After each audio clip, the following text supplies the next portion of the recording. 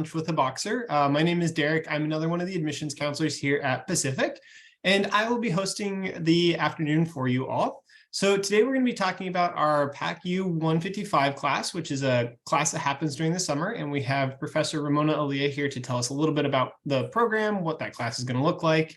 And as always, we are recording this because we know some of you will be joining us later from Hawaii or the East Coast, or just might not be able to get out at lunchtime.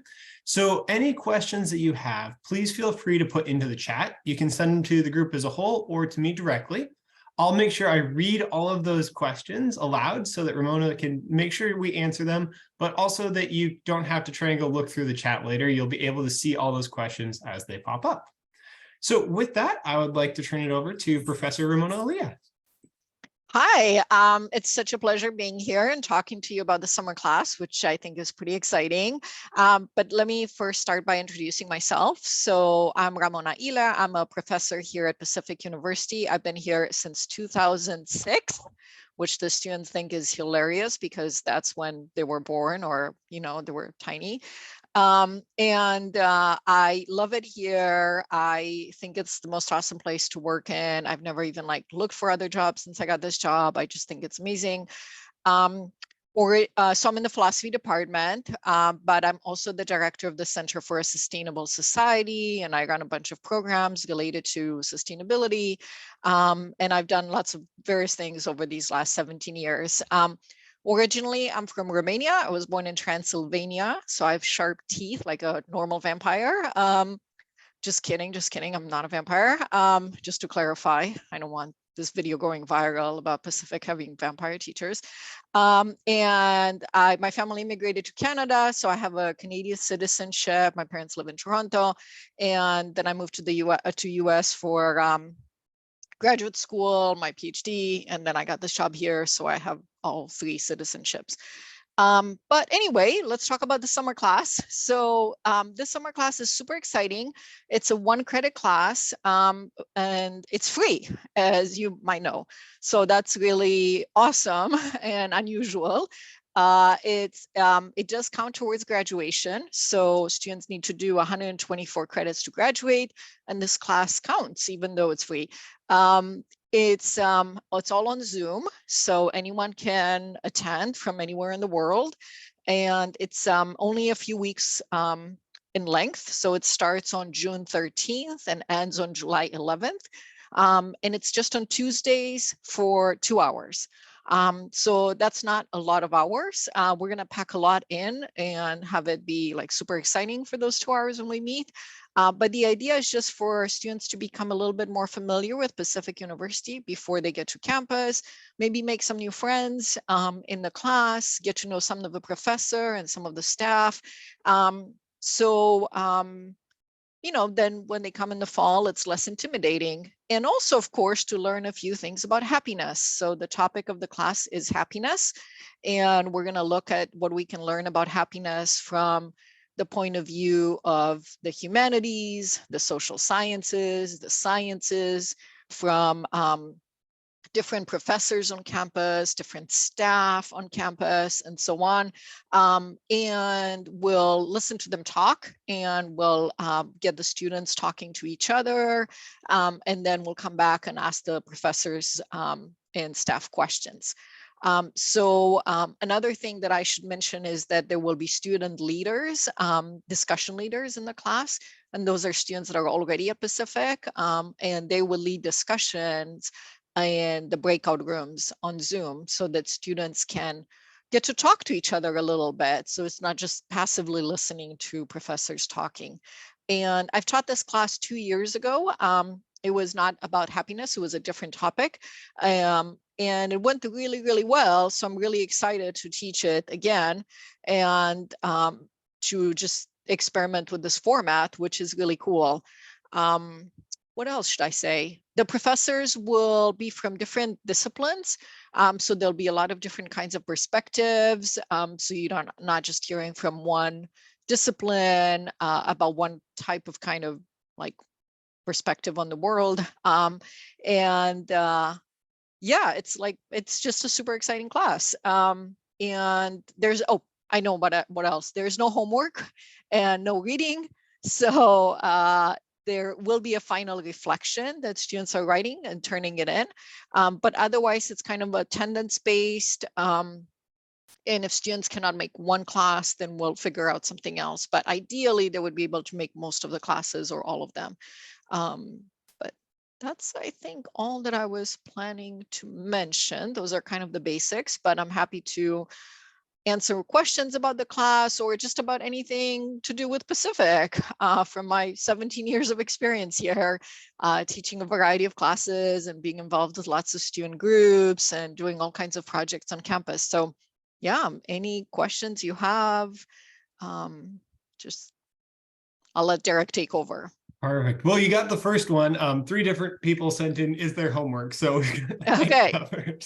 Yes. But one we did ask someone asked, could you repeat the dates that the class will run? Yeah, definitely. So it starts on Tuesday, June 13th, and it ends on Tuesday, July 11th. And those are the classes only on Tuesdays from 4 to 6 p.m. And let me get my calendar out and then we can look at the exact dates. So it starts on Tuesday, June 13th. That's day 1. Day 2 will be Tuesday, June 20th. Day 3 will be Tuesday, June 27th. And then the 4th class the following week, the 4th, July 4th. Oh, July 4th. Well, I think we'll still have class. I didn't actually ponder this until now when I'm looking at the calendar. And then Tuesday, July 11th. So there are only 5 classes in total. And we might work on that July 4th thing, figure it out if that's really something we want to do or push it back a week. But really 5 classes on Tuesdays from 4 to 6 p.m. And then someone wanted to know, is each class taught by a different professor? Is it kind of like co-teaching in each section? Yeah, so I will be there for the whole class, of course, and we'll have guest speakers. And in each class, there'll be different guest speakers. So nobody's coming back for a second time. So everybody's just featured once because I'm trying to pack as many different perspectives as possible. Another thing that I want to do this year to experiment with, and I don't want to make too many promises because I didn't do this 2 years ago. I didn't think about it, but this time I'd like to ask some other professors and staff on campus for little tiny videos that they record so that I can play them during class, and then we get even more perspectives this way, just to kind of have a little cute like 2-minute video from another professors and maybe the counseling center, maybe the health center, or the Center for Civic Engagement and so on. So if they're not featured as one of the big speakers in the class, maybe they can get in a little tiny video. And then this way the students get to know even more professors and staff members on campus. So I'd really like to do that. I have a couple of videos already, so I can definitely promise videos, but I'd like to get even more. And you mentioned this year the topic is happiness. Someone was asking, what are some of the previous topics you've covered? So 2 years ago, I did, so this class started for the first time in the summer of 2020. And our current dean, JC Whitehead, taught the class in summer of 2020. It was her idea. And then the topic was COVID-19. So she had some people talk about COVID-19 from a public health perspective, from a mathematical kind of data perspective, from an ethical perspective, and so on. And then even like film and video perspective. So like, how have pandemics been portrayed in movies before? So that was a really cool one. So that was the first one. And then I did it in 2021, and my topic was success. Oh no, wait, my topic was not, it was kind of success, but actually was about being smart. So what does it mean to be smart? And it was kind of tied to success, but it was like, is it better to be like book smart or street smart? And what is smartness? How is it tied to success? And so on. What's intelligence and all that. So that was a super fun topic. We had somebody from psychology. We had somebody from the sciences. We had somebody from the humanities. We had somebody from kind of talking about metacognition and civic engagement and so on. And then last year, my colleagues Stephanie Stockamer and Jennifer Hardiker did it all about difficult conversations. And I wasn't too involved with that. My dad had cancer at the time, so I was in Canada taking care of him. I was actually supposed to teach that class with Stephanie, but then I had to be in the hospital with my dad all the time. So Jennifer took over, and I heard that it was a really good class as well. And then this year, it's happiness. So I figured that's a topic that everybody probably cares about and wants to know more about. So Mentioned some like discussion groups. Will there be any like group projects, or will those be breakouts during the session, or will those be in addition to the time on Tuesdays? yeah, no, everything happens during class except for that final reflection. That final reflection is like a take-home exam, except that it's very easy. It's just a reflection, like, what do you think about the class, blah, blah, blah. There'll be different prompts that students can choose from. But everything else will be during class time. So I know that some students have summer jobs, full-time work, or they're traveling with their families and might be able to log in for 2 hours, but they don't really have time to like read anything or do a lot of work. And they might not be in that mindset anyway, because it's summer, and they might be glad that school is over. So yeah, everything happens in class. The way I set it up 2 years ago will be similar to what I'm doing this year again. But the main speaker came in, talked for a while. I forgot exactly how long, maybe 40 minutes or so. And then the students went into breakout rooms with the discussion leaders who are experienced Pacific students.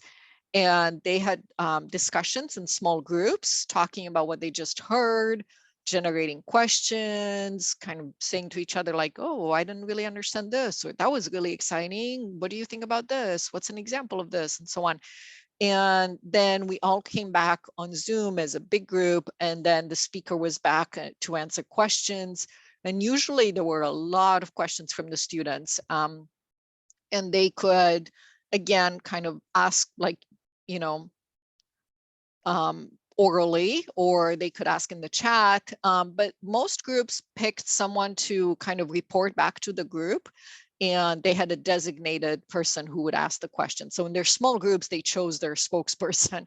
So that was really great too, because some students got to kind of practice speaking in a big group in front of other Pacific students, but in a very comfortable way, because they already knew what they're asking and their group had given them a question. And, you know, and then very rarely, when like nobody was comfortable doing that, the student discussion leader asked the question, which was okay too. We didn't want to pressure anybody to speak in front of a big group. I think there were 150 students at that time. So, you know, it was a very big Zoom room. And we might have fewer now, just because people might be, you know, really busy with lots of other exciting things. But back then it was still kind of pandemic time, so people didn't do as much. But I hope to have 150. I mean, that would be exciting. So doesn't. Class. Derek, maybe you could answer that question, or someone else. I don't deal with that part very much. I kind of teach the class. I know the advising center has some kind of process for signing up. Derek, do you want to take it? So students and parents will be getting a bunch of email from the Pacific University email, and that will give you the details on the class. It'll give you the time, so it's all written down. And then it will also give you the instructions on how to sign up for that class. And any deposited student to Pacific can take that class for free this summer. And I think the website about this class, which maybe Derek, you can put the link in the chat, has a section how to register for this class. And if you click on that, it will tell you what to do. And it also says that the deadline is June 12. So you have a lot of time. You have another month, Bonnie. You know, you don't have to rush home. And your admissions counselors will remind you like 13 times between now and then. Okay, right. So this question is a little off topic from the class, but one of the people on the chat today wanted to know, what other classes do you teach as far as philosophy at Pacific? Because they didn't really know what philosophy was, and so now they're curious about what type of classes. Sure. Yeah, I would love to talk about that. So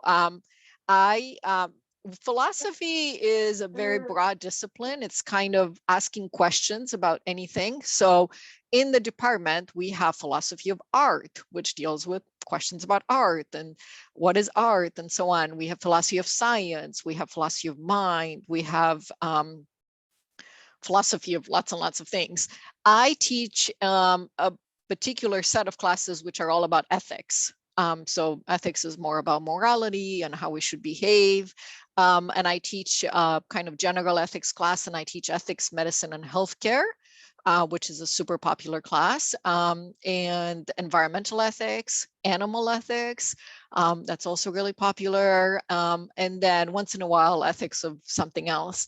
I also teach a class called language and logic, which is very unusual because it fulfills the math requirement, but it's a philosophy class. So if you or your student, your child feels weird because they're old, but anyway, your kid wants to has to take a math class for graduation, but kind of doesn't like calculus or algebra and whatever, is a bit intimidated by them, they could take language and logic. There will be no numbers in this class whatsoever. There are never any numbers, where we analyze arguments. So for example, like a detective story, like if this happened and this happened, and if this happened, then we can conclude that this happened, but this didn't happen. So, like kind of follow story logically. And that's what the class is really all about. And that's a super fun class. I'm teaching that class in the fall at 7:55 in the morning. So that might be a deterrent to some, but it's a really, really good class. And I've had students in that class that have failed every math class they've taken. And then like, I failed everything in high school, so I can't take a math class in college. And then they got an A in the class. So it's definitely possible. Yeah, I love teaching those classes, especially ethics, because I feel like everybody needs to think about ethics, and it's like impossible to go through life without thinking about ethics. So. And I highly recommend animal ethics. I took it, we won't say how long ago now, Ramona, but I did take animal ethics with Ramona when I was a student here. So it's a very, very fun class and gets you to think in a lot of different ways. So it looks like we've covered all the questions today. So thank you all so much for coming and joining us today. I will be ending the recording here in just a second. But if you want to stick around and ask any questions without the whole group, you totally are welcome to. But thank you all so much for joining us. And Ramona, thank you for joining us today. And we'll see everyone next week for Lunch with a Boxer, where we will be talking about your first year seminar class. Yeah, definitely. I'm happy to stick around if anyone has questions about anything.